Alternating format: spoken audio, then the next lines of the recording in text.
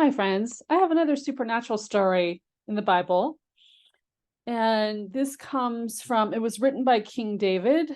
Now, everyone loves the story of David and Goliath. I think even non-believers love the story of David and Goliath because it's such an incredible feat, what he did to take down a giant.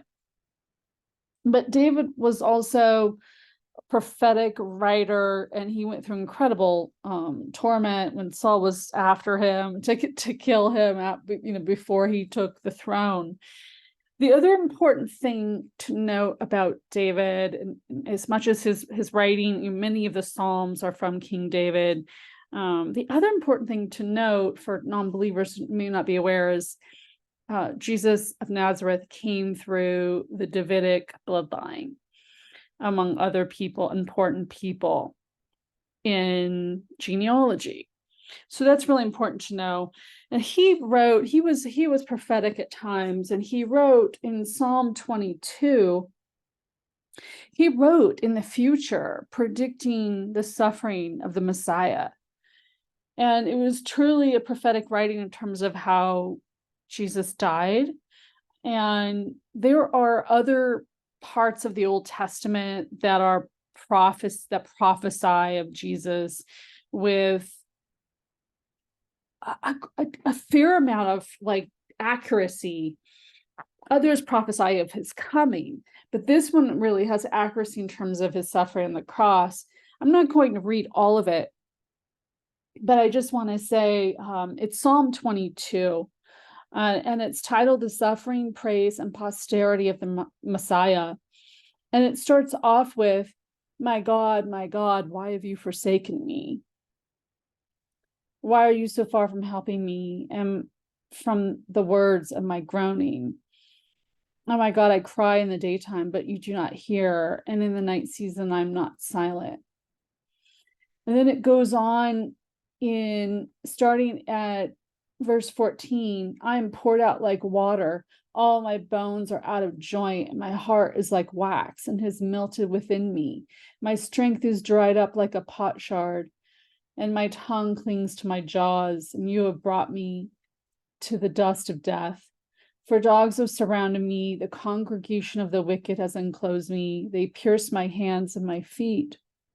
I can count all of my bones. They look and stare at me. They divide my garments among them, and my clothing they cast for lots.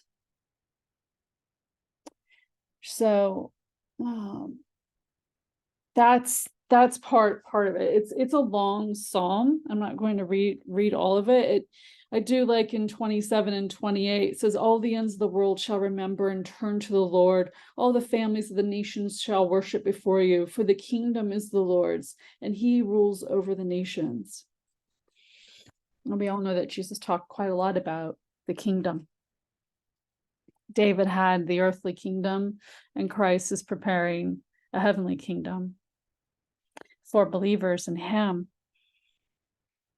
And so this was a great prophecy. It prophesied his suffering, but more importantly, the piece that believers don't talk about as much beyond the death, burial, and resurrection is they don't really focus a lot on the resurrection, which is the most important thing because it paves the way for us to also have resurrected bodies when we die. And that is another talk for another day, but it's really a miraculous, really supernatural prophecy from David about how Jesus would come to suffer on the cross.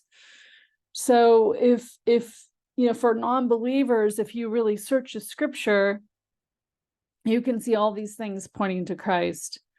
And so reading it from a historical account, you get more insight into the future and who he was and his coming and the truth of the Gospels, of the New Testament. So I hope this provided some insight and helped you and blessed you in some way. And thanks for listening. God bless you.